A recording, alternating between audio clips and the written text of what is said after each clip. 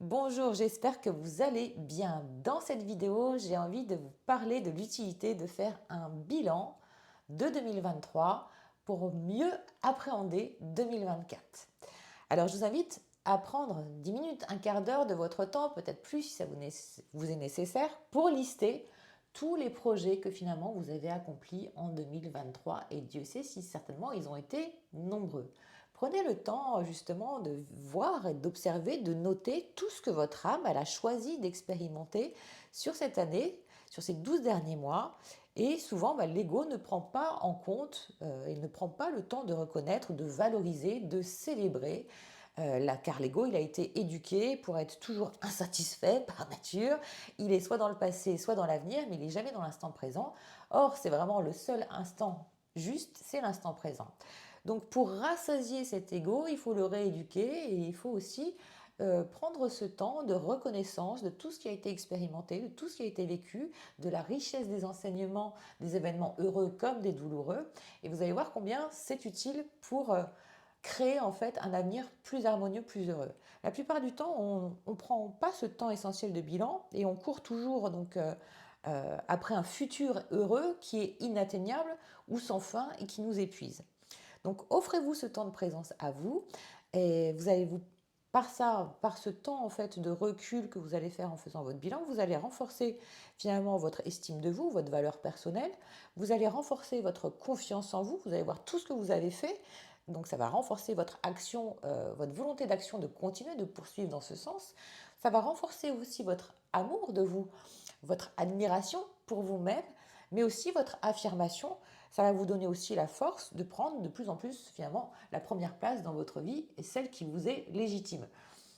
Et puis ce temps de bilan va également renforcer votre ancrage aussi, votre sentiment de sécurité intérieure, mais également aussi affirmer votre clarté mentale puisque vous allez prendre du recul sur ce que vous avez fait, des choses bien ou des choses pas bien, en faire l'analyse, en tirer vos conclusions pour que justement 2024 ne soit plus chargé de ce qui vous a été désagréable en 2023.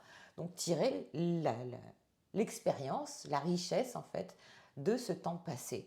Et enfin, ce temps de bilan va vous permettre de vous concentrer vraiment sur l'essentiel, en identifiant justement ce qui a pu vous disperser ou vous faire perdre du temps ou de l'énergie, les personnes ou les situations, et donc cesser d'alimenter ces personnes ou ces énergies sur 2024.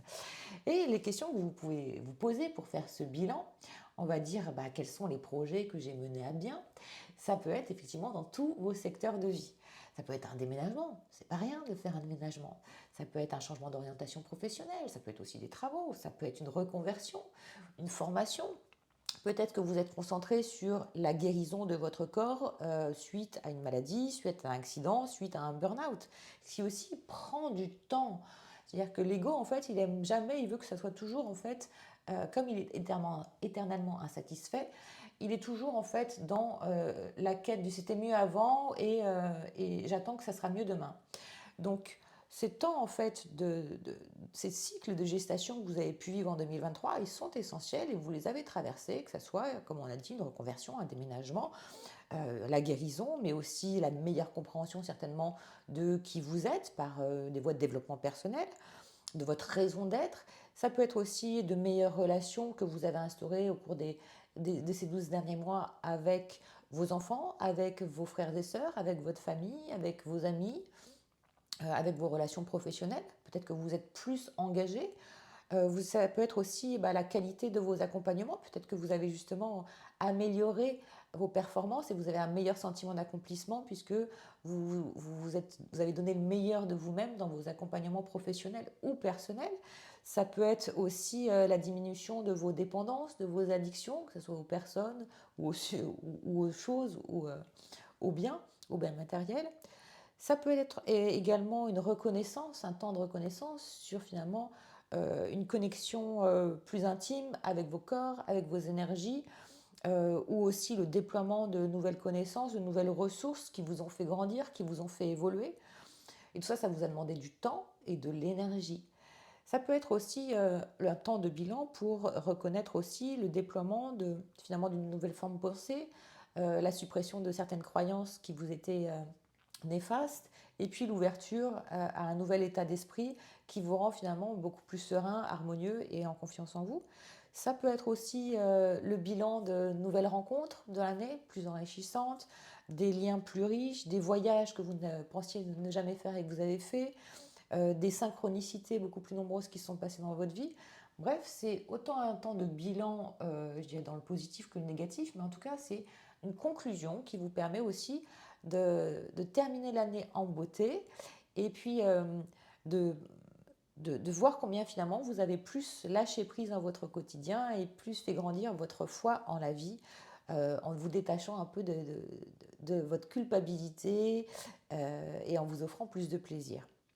Donc je vous invite à faire ce bilan et une fois que vous avez listé, eh bien, vous allez juste constater, est-ce que vous pensiez, par exemple, remémorez-vous justement il y a un an, est-ce que vous pensiez réaliser autant de choses en finalement aussi peu de temps quand on compare ce temps au temps que vous étiez resté dans soit l'ignorance de la compréhension de votre chemin de vie, soit le conflit avec vos enfants, etc.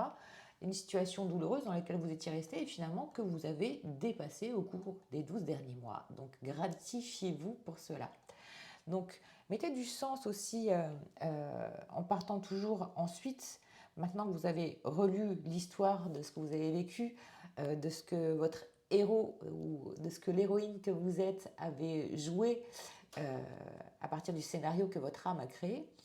Et je vous invite aussi donc à poser maintenant en esprit, puis en mots, par écrit, eh bien, le scénario que vous souhaitez vivre en 2024, les modifications que vous souhaitez apporter sur 2024. Concentrez-vous sur une, deux, voire trois maximum axes d'amélioration, on va dire, sinon l'ego il dit c'est pas possible. Et parmi les projets que vous avez déjà réalisés et aboutis en 2023, il y a certainement aussi des projets qui sont en cours ou d'autres qui vont venir. La vie ne nous challenge pas sur tous les plans en même temps, fort heureusement, mais à la fois chaque challenge a un sens. Et donc faites le point sur les projets que vous souhaitez conserver, ceux qui vous animent, ceux qui au contraire que vous aviez commencé mais finalement qui ne vous font plus vibrer, vous avez le droit aussi de les laisser de côté, peut-être que vous les reprendrez après. Et puis de vous poser justement quelles sont mes intentions, mon aspiration, où est-ce que je vais placer mon énergie en 2024. Quel secteur de vie demande mon engagement, mon attention en ce moment. Est-ce que vous aspirez par exemple à reprendre pleinement votre rôle de maman parce que vous sentez que la situation est conflictuelle avec les enfants et que vous aimeriez vraiment sincèrement améliorer en fait la qualité de vos relations. Donc ça c'est aussi un engagement qui demande aussi à chaque fois, chaque jour en fait une graine pour faire pousser. Est-ce que vous vous sentez prête pour une aventure, une nouvelle aventure professionnelle à vous lancer ou est-ce qu'au contraire vous vous sentez sur un temps de réflexion, d'introspection, besoin de formation, de nouvel enseignement et besoin surtout de mieux communiquer avec votre soi intérieur pour prendre la bonne voie. Est-ce que vous vous sentez prête pour vous lancer dans une histoire d'amour ou est-ce que au contraire, si vous êtes vraiment authentique avec vous-même, vous vous dites j'aimerais bien vivre le grand amour mais je ne suis pas prête à vivre cet engagement. Tout ça, en fait, c'est questions qui doivent faire émerger en vous des réponses honnêtes, authentiques, loyales, intègres, je dirais de vous à vous, parce qu'en fin de compte, il n'y a que vous qui comptez, le reste n'a pas d'importance. Et on attire aussi ce que l'on vibre. Et vous êtes seul responsable de vos choix. Et vos projets, ils sont aussi à l'image, nos projets, ils sont à l'image de la nature. J'aime bien prendre cette métaphore parce que c'est tellement vrai, et là on est dans l'hiver justement, c'est comme une plante, comme une fleur, comme un arbre, et bien en fait la graine elle naît de notre esprit, mais elle prend vie dans notre matière, dans notre corps, et elle grandit dans tous nos corps, c'est-à-dire cette graine d'idée que vous avez dans vos projets, et bien elle naît de votre esprit, mais aussi elle va passer, cette graine, elle va s'infuser dans tous vos corps qui sont votre dimension énergétique, qui sont votre dimension émotionnelle et qui sont aussi votre dimension mentale et, donc et aussi spirituelle. Et donc quand tous ces corps vont être harmonisés, votre projet va pouvoir se manifester dans toute sa beauté. Si au contraire, effectivement, il y a des dissonances dans les corps, eh bien, ça va être des projets qui seront avortés. C'est somme toute logique, il faut que tout le terrain soit fécond. Donc il faut pour chaque graine, pour chaque projet, un temps aussi de gestation. Plus le projet que l'on a est grand et beau, et plus ça va mettre du temps. C'est normal. Il va falloir du temps et la réunion aussi de toute la synergie de tous les éléments, hein, et on est composé aussi de ces 5 éléments, et de tous les éléments propices pour faire croître en fait cette graine jusqu'à maturité du projet, jusqu'à maturité de l'arbre. Si c'est un arbre, si on prend par exemple l'image de l'olivier centenaire, fort, robuste, solide, majestueux, eh bien il a traversé les cycles, il a traversé les saisons, voilà, des centaines de cycles, et parfois des rafales de vent, parfois des tempêtes, parfois des pluies torrentielles, parfois la sécheresse du soleil en plein été, parfois les gelées hivernales. Bref, mais c'est aussi grâce à tous ces éléments que finalement il a pu grandir, il a pu devenir ce qu'il est. Et ben nous, on est un peu à cette image-là. Et on a en fait, on s'en aperçoit pas, mais on est toujours en mouvement et toujours avec X projets dans tous nos secteurs de vie, même si on ne les voit pas. Donc prendre ce temps de faire un bilan et d'avoir un recul sur les événements qui se sont passés, sans les ressasser, mais juste en analysant justement le scénario que notre âme nous a fait vivre, dans cette quête du héros ou de l'héroïne. Je trouve ça vraiment très enrichissant, parce que mettre au monde les projets de notre âme, c'est s'accomplir, c'est réussir sa vie. Et ça passe par la compréhension, ça passe par l'acceptation, ça passe aussi par la résilience et l'adaptation finalement à tous les facteurs environnementaux qui nous entourent pour devenir pleinement responsables de notre processus de croissance, de notre processus d'évolution, avant même de s'occuper de celui des autres. Et croyez-moi, je balaye devant ma porte. Et donc, tout en nous adaptant finalement avec souplesse aux événements et aux aléas de la vie, parce que c'est pas nous qui gérons la météo. Donc, on ne peut pas contrôler ce qu'on ne peut pas contrôler, tout simplement. Donc ça me fait penser justement à cette fameuse phrase de Marc Aurèle qui disait « Donne-moi la sérénité d'accepter les choses que je ne peux pas changer, le courage de changer les choses que je peux changer et la sagesse d'en connaître la différence. » Donc vous pouvez poser par écrit cette phrase, hein, et noter ce qui vient à vous pour ce nouveau cycle 2024 qui va s'amorcer, en sachant que finalement dans la vie, ça aussi, rien n'est impossible. Et l'impossible est du domaine de l'ego, et le impossible, UN, possible, c'est du domaine de notre meilleure version de soi, pour laquelle je pense qu'on aspire tous à s'en rapprocher en tout cas.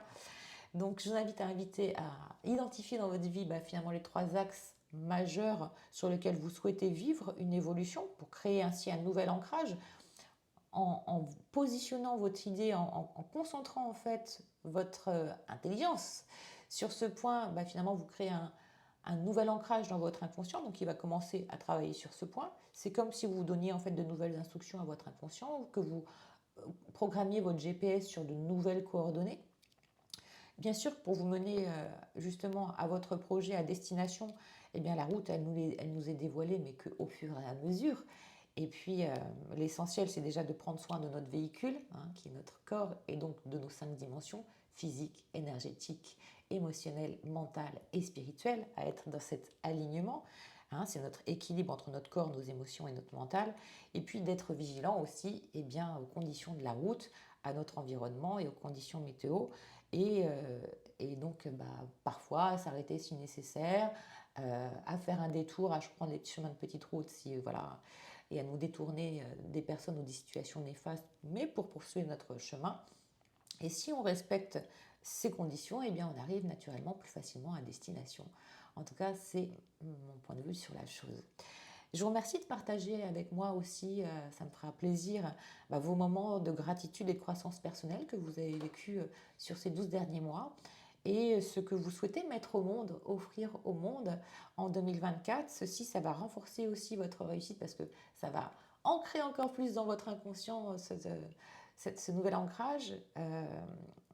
Et puis ça va aussi nous participer à notre motivation collective et à nos motivations individuelles. Donc je vous remercie par avance de vos partages pour ce point. Et pour terminer cette courte vidéo, je voulais aborder le fait que nous rentrons dans une période de l'Avent.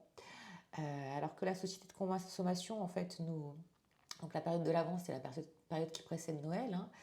Je suis assez choquée de voir combien chaque année, de plus en plus, finalement, on va mettre les décorations de Noël au 15 août, que les galettes des rois sont déjà sorties dans les boulangeries et que la société de consommation, elle nous mène de plus en plus vers l'oubli, vers l'abrutissement, pour parler poliment, l'abrutissement des consciences et l'appauvrissement neuronal.